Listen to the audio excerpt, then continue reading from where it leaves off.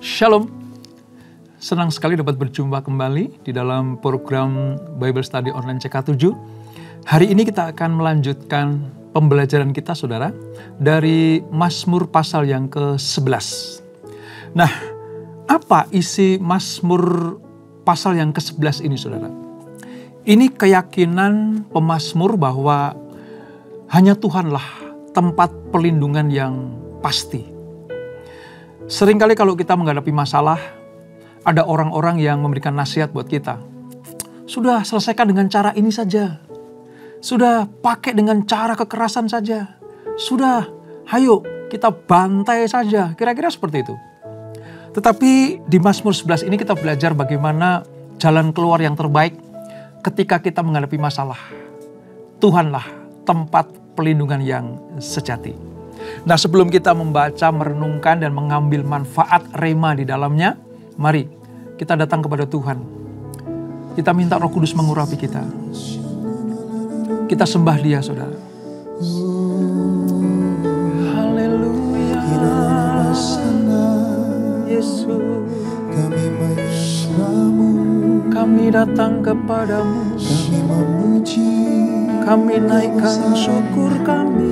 keagunganmu, kedahsyatanmu. Tempat perlindungan, Kami bersyukur, kota benteng yang teguh. terima kasih. Haleluya. Di hadiratmu aku puas.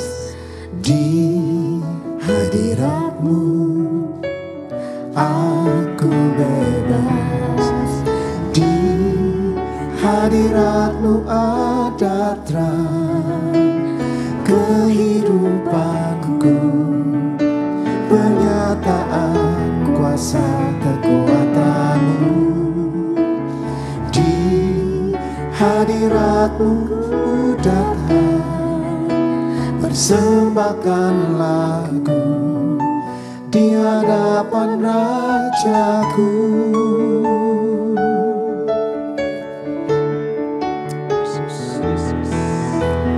Di hadiratmu aku puas. Di hadiratmu aku bebas. Di hadiratmu ada terang kehidupanku, pernyataan kuasa kekuatanmu. Di hadiratmu ku datang, persembahkan lagu di hadapan Rajaku.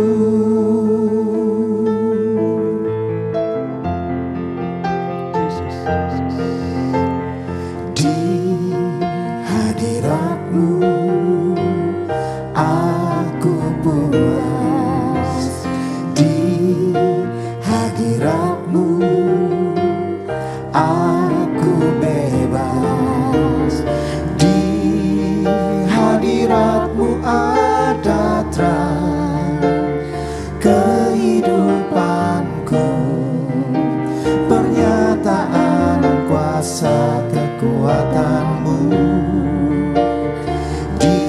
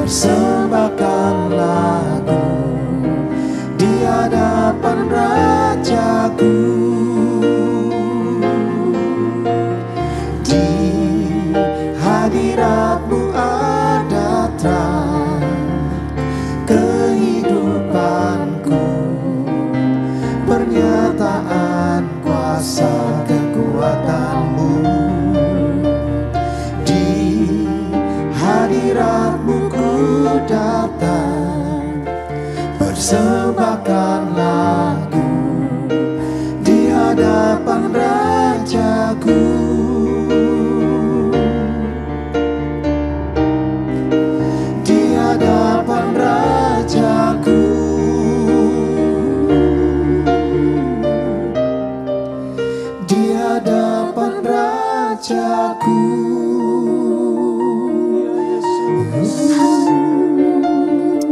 Hadirat-Mu, Dalam hadirat-Mu kami datang, ada kekuatan, sebab Tuhan baik, ada sebab penghiburan. Tuhan baik. Untuk Untuk selama-lamanya kasih setia-Mu. sebab itu Engkau Allah perkasa, pujian. Engkau Allah mulia.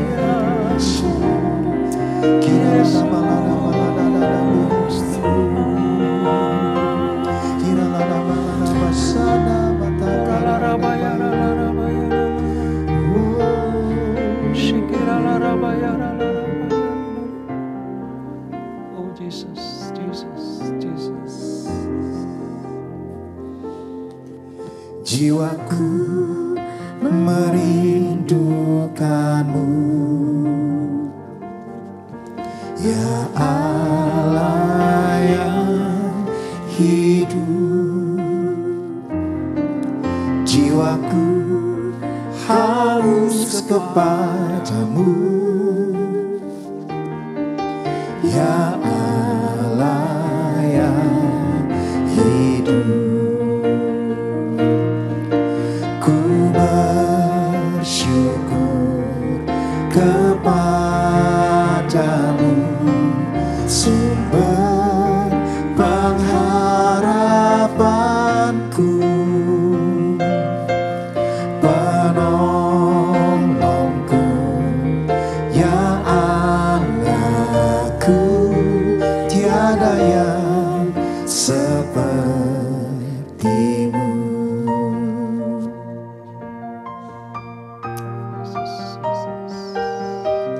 Jiwaku merindukanmu, ya Allah yang hidup. Jiwaku haus kepadamu,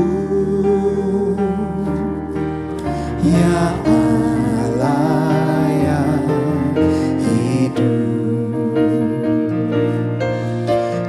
Bersyukur kepadamu, sumber pengharapanku, penolongku, ya Allahku,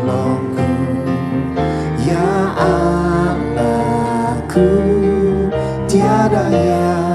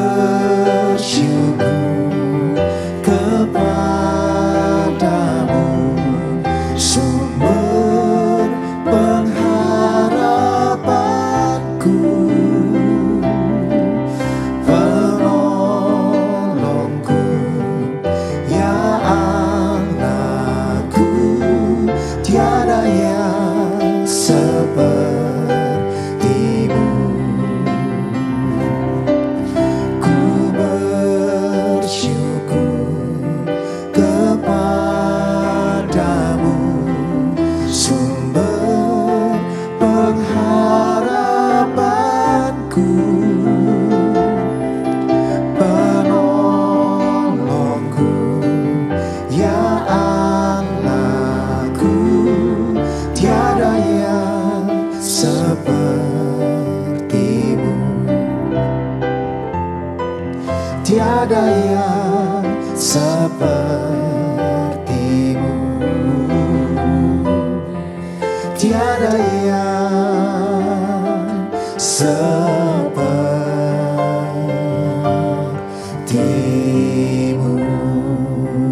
Amin, amin, amin. Sebab Engkaulah satu-satunya penolong bagi kami. Engkaulah perlindungan bagi kami ya Tuhan. Maka kami memuji, mengagungkan Engkau, menyembah Engkau, menaruh harap hanya kepada Engkau. Terima kasih Bapa, terima kasih Tuhan Yesus, terima kasih Allah Roh Kudus. Kami akan melanjutkan pembelajaran kami. Kami akan membaca firman-Mu, merenungkan dan melakukannya. Supaya setiap berkat yang Kau sediakan dilimpahkan buat kami semuanya. Urapi kami Tuhan. Dalam nama Yesus, mari yang siap belajar firman Tuhan, sama-sama kita katakan amin. Mari kita membaca dari Mazmur pasal yang ke-11, saudara. Di Alkitab kita halaman 580, kitab Perjanjian Lama. Nah, pada perikop Tuhan tempat perlindungan. Kita akan baca dari ayat 1 sampai ayat yang ke-7. Demikian firman Tuhan. Untuk pemimpin biduan dari Daud. Pada Tuhan aku berlindung. Bagaimana kamu berani berkata kepadaku, terbanglah ke gunung seperti burung. Sebab lihat, orang fasik melentur busurnya. Mereka memasang anak panahnya pada tali busur untuk memanah orang yang tulus hati di tempat gelap. Apabila dasar-dasar dihancurkan, apakah yang dapat dibuat oleh orang benar itu? Tuhan ada di dalam bait-Nya yang kudus. Tuhan tahtanya di surga. Matanya mengamat-amati. Sorot matanya menguji anak-anak manusia. Tuhan menguji orang benar dan orang fasik. Dan Ia membenci orang yang mencintai kekerasan. Ia menghujani orang-orang fasik dengan arang berapi dan belerang. Angin yang menghanguskan itulah isi piala mereka. Sebab Tuhan adalah adil dan Ia mengasihi keadilan. Orang yang tulus akan memandang wajah-Nya. Nah saudara, dari apa yang kita baca ini kita mengerti bagaimana pemazmur, yaitu Daud ya, karena ini mazmur dari Daud disebutkan, mengalami berbagai macam masalah kehidupan. Ya. Mengalami berbagai macam problem. Ya. Ada pergumulan di dalam kehidupannya. Makanya dikatakan di Mazmur pasal 11 ini, Daud mengatakan hanya di dalam Tuhanlah dia akan berlindung. Sebab Tuhan yang mampu melepaskan Daud dari setiap permasalahannya. Melepaskan sini bukan berarti Daud diminta untuk menghindari masalah. Allah tidak pernah, saudara, memerintahkan anak-anaknya menghindari masalah. Tapi Tuhan minta anak-anaknya berani menghadapi masalah. Karena Allah berjanji, Dia tidak pernah meninggalkan anak-anaknya yang sedang bergumul, sedang berkelahi dengan masalah itu. Nah, kita melihat bagaimana Daud berkata, pada Tuhan aku berlindung. Ya, di ayat yang pertama ini. Sebenarnya dari sini kita melihat bahwa pemazmur atau si Daud ini, saudara, menegur orang-orang yang menasehati dia supaya dia lari dari Tuhan. Supaya Daud berkompromi untuk prinsip-prinsip kehidupan yang non-Alkitabiah. Daud diberikan nasihat kepada beberapa orang. Mungkin sahabatnya, mungkin orang lain gitu ya saudara. Untuk apa? Udah jangan Tuhan-Tuhanan lah. Sudah, memang Tuhan saja yang bisa menolong. Jangan, udah kamu datang saja ke gunung ini. Kamu pergi saja ke tempat itu. Nanti di situ ada jalan keluar kok. Daud mendapatkan tawaran-tawaran jalan keluar yang bukan dari Tuhan. Nah saudara, kita sebagai orang percaya yang setia kepada Tuhan, kita harus tetap berlindung pada Tuhan. Sebab apa? Sebab kita mengabdi kepadanya. Kita mengabdi kepada kebenaran. Walaupun ancaman-ancaman permasalahan itu silih berganti datang, saudara. Tetapi dari Mazmur 11 ini kita bisa melihat bagaimana Daud memberikan teladan buat kita semuanya. Hanya di dalam Tuhanlah ada perlindungan yang pasti. Bukan di tempat sana, bukan di tempat situ. Sebab tadi ada nasihat. Ayat yang pertama. Bagaimana kamu berani berkata kepadaku, terbanglah ke gunung seperti burung. Ini sebenarnya tawaran dari dunia untuk apa? Untuk mencari jalan keluar selain Tuhan. Daud mengatakan, aku tidak sepakat bahkan aku membenci mereka. Yang seolah-olah memberikan nasihat kepadaku. Tetapi dengan cara-cara duniawi. Dengan cara-cara kekerasan. Dengan cara-cara di luar kehendak Tuhan. Bahkan mungkin cara-cara di luar firman kebenaran. Oleh sebab itu, sebagai orang percaya, saudara, kita harus hati-hati mengenai cara-cara dunia yang dijejelkan kepada anak-anak Tuhan ini. Kalau kamu punya masalah, tuh aku kasih tahu jalan keluarnya sana. Kalau kamu punya problem hidup, nih ada jalan keluar. Semuanya seperti baik-baik saja. Semuanya seperti ya manusiawi. Tetapi kalau itu di luar kehendak Tuhan, jadilah seperti pemazmur atau Daud ini, saudara. Menolak, ya, menolak dengan tegas. Cara-cara di luar Tuhan untuk menyelesaikan masalah kita harus kita tolak dengan tegas. Mengapa, saudara?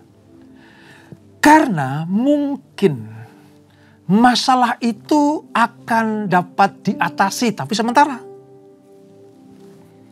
Mungkin masalah itu bisa kita selesaikan, tapi di luar kehendak Tuhan. Mungkin sakit penyakit kita sementara disembuhkan, tetapi bukan karena kuasa Allah. Bisa saja kuasa kegelapan, bisa saja pakai kuasa-kuasa iblis, bisa, saudara. Bisa. Dunia menawarkan seolah-olah jalan keluar itu seperti yang Tuhan kehendaki. Dunia menawarkan bagaimana mengatasi masalah hidup ini. Seakan-akan itu yang Tuhan maui. Tapi ingat, dari Mazmur 11 kita belajar bagaimana kita menolak dengan tegas tawaran-tawaran dunia. Itulah sebabnya dari apa yang kita baca ini merupakan pernyataan keyakinan Daud. Ini keyakinan Daud bahwa hanya di dalam Tuhanlah ada perlindungan. Walaupun orang-orang fasik, ya, di ayat yang ketiga, orang-orang fasik berusaha untuk menghibur, memberikan jalan keluar. Tetapi Daud dengan tegas, aku membencinya. Aku tidak sepakat dengan usulan orang fasik itu. Ini. Karena kefasikan itu selalu bertentangan dengan kehendak Tuhan. Kefasikan itu selalu memberikan jalan keluar berlawanan arah dengan Tuhan. Makanya hati-hati, saudara. Ingat ya. Kuasa kegelapan, setan, iblis itu seperti domba. Berbulu domba, tapi sesungguhnya dia serigala. Makanya pemazmur meyakinkan dirinya dan meyakinkan kita semuanya bahwa satu-satunya jalan untuk menang atas masalah adalah percaya kepada Tuhan sebagai tempat perlindungan sejati. Ini yang harus kita yakinkan. Sebab kalau kita berlindung kepada Tuhan, kalau kita mengharap atau berjalan bersama dengan Tuhan, Tuhan meyakinkan kita anak-anaknya akan mendapatkan pertolongan darinya. Akan mendapatkan jalan keluar dari Tuhan. Akan mendapatkan cara-cara untuk menyelesaikan masalah. Ya mungkin ketika kita berdoa, menguatkan hati, memantapkan iman untuk percaya kepada jalan keluarnya Tuhan, tidak seketika begitu amin langsung masalah selesai. Tidak begitu setelah selesai amin lalu semuanya bisa dengan baik-baik saja. Mungkin saja tidak seperti itu. Mungkin butuh waktu, butuh kesabaran, butuh kekuatan iman. Tetapi saya mau katakan, saya sepakat dengan pemazmur atau Daud ini, saudara, bahwa bagaimanapun caranya Tuhan pasti akan menolong kita. Sebab Dia selalu tepat pada waktunya. Allah tidak bisa digantikan dengan apapun juga. Tuhan tidak dapat digantikan dengan gunung yang tawaran yang ditolak oleh Daud ini datanglah kepada gunung itu seperti burung Raja Wali menghampiri gunung. Gitu. Artinya apa? Cari tempat perlindungan di luar Tuhan. Padahal kita sebagai orang percaya harus percaya bahwa Tuhan memiliki kuasa di atas segala-galanya. Kuasa untuk melindungi anak-anaknya, kuasa untuk memberikan jalan keluar, kuasa untuk menyelesaikan masalah kita. Jadi kalau kita mau terbang tinggi bagaikan Raja Wali, ya arahnya ke Tuhan. Bukan ke gunung itu, bukan ke tempat itu, ya, bukan ke manusia itu, tetapi kepada Tuhan. Ya. Di sini pemazmur berkata bahwa jangan bersandar kepada manusia. Jangan bersandar ke kekuatan alam ini, tapi bersandarlah kepada Tuhan. Jangan hanya pakai kekuatan diri sendiri. Jangan mengandalkan kemampuan diri sendiri. Yang nampaknya mungkin seolah-olah, wah ini yang terbaik. Wah ini jalan kesuksesan. Wah ini jalan kesembuhan. Tapi nyata-nyatanya itu di luar Tuhan. Ingat, iblis, kuasa kegelapan, selalu meniupkan angin keraguan kepada anak-anak Tuhan. Tujuannya apa, saudara? Supaya kita di luar kehendak Allah. Tiupan angin keraguan itu diarahkan iblis kepada anak-anak Tuhan. Supaya ragu-ragu terhadap kuasa Allah. Supaya ragu-ragu terhadap janji-janji Allah. Supaya ragu-ragu terhadap jalan keluar yang Allah berikan. Hati-hati, saudara. Berapa banyak ya orang Kristen yang jatuh di dalam iman. Tidak sedikit orang-orang percaya yang menggadaikan imannya. Hanya demi apa sih? Mampu menyelesaikan masalah. Padahal sesungguhnya akan timbul masalah-masalah yang lain. Belajar dari pemazmur, dari pasal yang ke-11 ini, tetaplah berharap hanya kepada Tuhan. Dan dengan tegas menolak nasihat yang berprinsip salah. Saya bersyukur ya saudara, kita tetap ada di dalam pembelajaran firman ini, supaya kalau kita punya problem, kita tidak lari kemana-mana. Hanya kepada Tuhan. Daud berlindung kepada Tuhan, sebab di sanalah dasar-dasar kehidupan orang percaya. Apa saja saudara, dasar-dasar kehidupan kita itu? Yang pertama, Allah ada dan bukan sekedar ada, tetapi Ia berkuasa. Ini dasar iman kita. Ya, kita percaya Allah ada. Kita percaya Allah itu ada. Tetapi Dia bukan hanya sekedar ada. Kalau hanya sekedar ada, saudara, tapi tanpa kuasa, buat apa kita percaya kepadanya? Kalau Allah hanya sekedar ada, tapi tidak mampu menolong umatnya, ngapain kita menyembah Dia? Ngapain kita beriman kepadanya? Justru karena Dia punya kuasa, maka keberadaannya itulah yang patut menjadi dasar atas iman kita. Itu yang pertama, mengapa kita memiliki dasar-dasar kehidupan di dalam Tuhan. Yang kedua, Tuhan itu mengamat-amati dan menguji apa yang sedang dilakukan oleh anak-anaknya.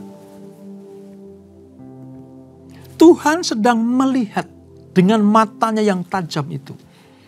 Seluruh muka bumi mampu dilihat dalam waktu yang bersamaan.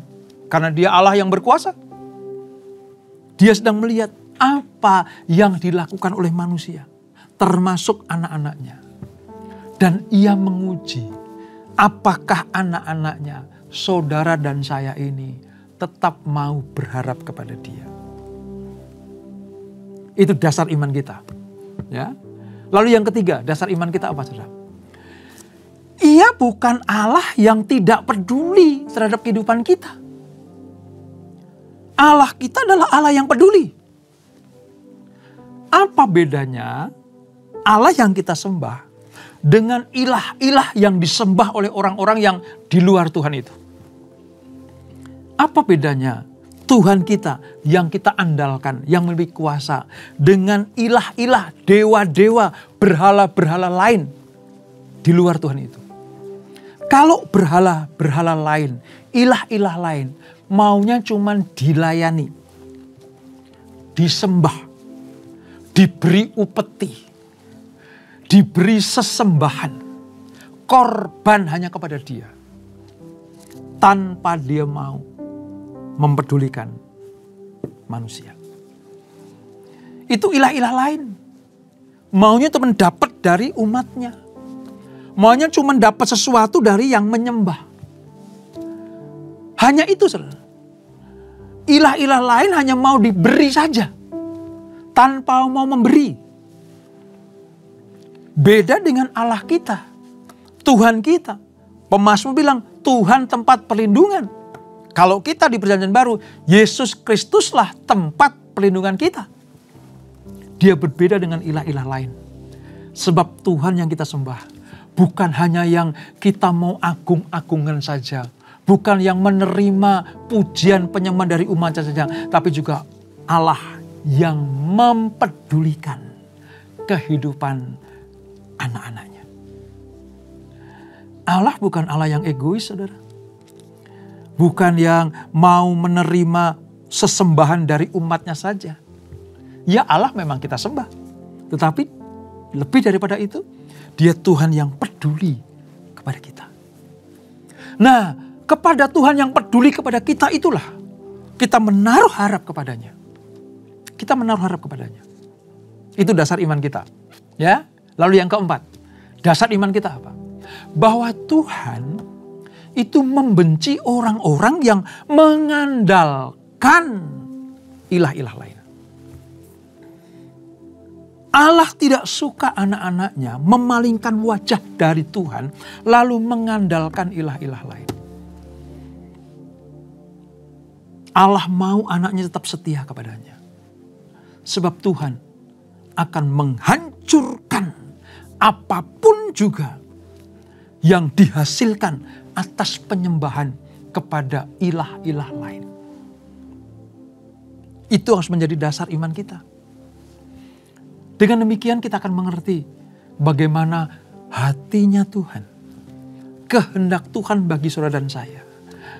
Kepada orang yang berharap, yang bergantung kepada Tuhan, menaruh iman percaya kepada Tuhan, tidak akan pernah dipermalukan, tidak akan pernah dikecewakan. Sebab Allah kita peduli atas keadaan anak-anaknya. Ini yang sedang diyakinkan oleh pemazmur, yaitu Daud, kepada dirinya sendiri dan buat kita semuanya. Nah, orang benar itu akan memandang wajah Tuhan dan akan mendapatkan belas kasihan darinya, saudara. Lihat di ayat yang ke-7, saudara. Ayat ke-7 bilang gini, sebab Tuhan adalah adil. Keadilannya apa, saudara? Memberkati orang-orang yang percaya dan berharap kepadanya, tetapi menghukum mereka-mereka yang mengandalkan ilah-ilah lain. Itu keadilan. Pada konteks ini, Tuhan adalah adil dan Ia mengasihi keadilan. Orang yang tulus akan memandang wajahnya. Kalimat memandang wajahnya itu di dalam syair pemazmur ini menjelaskan begini. Yang berkenan untuk bertemu dengan Tuhan adalah orang yang tulus, orang yang benar, orang yang kudus, dan berharap penuh kepada Tuhan. Merekalah yang akan memandang Tuhan. Artinya apa? Ada di dalam hadirat Allah. Artinya manusia yang bisa memandang Allah itu mendapatkan perkenanan. Untuk ditolong, untuk dilindungi, dipagari dengan kasih setia. Inilah keyakinan pemazmur. Dan ini harus menjadi dasar iman kita. Dasar pengharapan kita. Sekalipun saudara, masalah begitu besar. Sekalipun pergumulan begitu berat. Walaupun kita diberhadapkan dengan masalah-masalah yang tidak pernah selesai. Masalah-masalah yang selalu silih berganti menanti kita. Tapi kalau kita berharap pada Tuhan, selalu ada jalan keluar. Dan Tuhan tidak pernah meninggalkan anak-anaknya. Jadi kita harus punya dasar iman yang teguh ya saudara. Jangan pernah mau diombang-ambingkan oleh tipu daya iblis. Dasar inilah yang mampu meyakinkan kita bahwa kesulitan dan penderitaan bukan akhir segala-galanya. Sebab ada jalan keluar, ada tempat perlindungan. Kenapa banyak orang Kristen saudara, termasuk orang anak-anak Tuhan itu, banyak yang putus asa. Bahkan ada yang bunuh diri. Karena mereka menganggap tidak ada jalan keluar. Mereka menganggap ini masalah betul-betul sulit untuk diatasi. Ini masalah betul-betul gak bisa ada jalan keluarnya. Maka buntu pemikirannya. Mereka mengambil jalan pintas. Menyelesaikan masalah dengan caranya. Puji Tuhan. Di Bible Study online CK7 ini kita berikan nasihat. Sebesar apapun masalah kita. Sehebat apapun pergumulan kita. Sesulit apapun penderitaan yang kita hadapi. Itu bukan akhir dari segala-galanya. Sebab kita punya Tuhan yang mampu menolong kita. Oleh sebab itu, tetaplah berharap kepada Tuhan. Tetaplah berlindung kepadanya. Dan jangan tukar dengan apapun juga. Kalau Daud mempertaruhkan hidupnya kepada Tuhan. Pasti Daud mengerti bahwa Tuhan pasti akan membelanya. Kalau Daud menyerahkan hidupnya kepada Tuhan dan ditolong Tuhan. Tuhan yang sama yang menolong Daud sanggup menolong saudara dan saya. Dan itulah Mazmur pasal yang ke-11. Kita berdoa. Bapa, terima kasih untuk pelajaran pada hari ini. Kami belajar bagaimana cara Daud mengatasi masalah. Pada konteks Mazmur 11 ini, Daud meyakinkan dirinya bahwa Tuhanlah satu-satunya tempat perlindungan yang aman. Sebab Daud mendapatkan tawaran-tawaran cara-cara dunia supaya dia menjauh dari Tuhan. Supaya Daud bergantung kepada ilah-ilah lain. Bergantung kepada kekuatan-kekuatan di luar Tuhan. Tapi Daud dengan yakin, dengan mantap membuat dirinya tetap menaruh harap kepada Tuhan. Daud memberikan teladan buat kami semuanya. Dia berani mempertaruhkan imannya hanya kepada Tuhan. Di tengah desakan-desakan dunia yang menawarkan jalan keluar itu. Terima kasih Bapak. Dan kami percaya Daud pun ditolong Tuhan. Daud mendapatkan jawaban-jawaban atas pergumulannya. Dan Daud mampu mengalahkan setiap masalah kehidupannya. Terima kasih Bapak, terima kasih. Berkati kami semuanya, berkati anak-anak-Mu. Ketika mereka sedang menghadapi pergumulan yang sungguh sangat berat. Yakinkan dirimu, hai anak-anak Tuhan, tetap berpegang kepada Allah. Sebab Tuhan selalu mengasihi kita. Tuhan tidak pernah meninggalkan anak-anaknya. Allah tempat perlindungan yang sejati buat kita semuanya. Mungkin perlu kesabaran, mungkin perlu ketaatan. Tetapi tetaplah percaya kepada Allah. Dia sanggup menolong kita semuanya. Sebelum kami tinggalkan acara ini, kami siapkan hati kami terima berkat yang daripadamu. Kekasih-kekasih Kristus, terimalah berkat kasih anugerah dari apa-apa yang berlimpah-limpah. Di dalam anaknya yang tunggal Tuhan Yesus Kristus. Dan persekutuan yang manis dan Roh Kudus menyertai kita semuanya. Mulai saat ini sampai merata. Tuhan Yesus datang untuk yang kedua kali menjemput kita semuanya. Bertemu di awan-awan yang permai.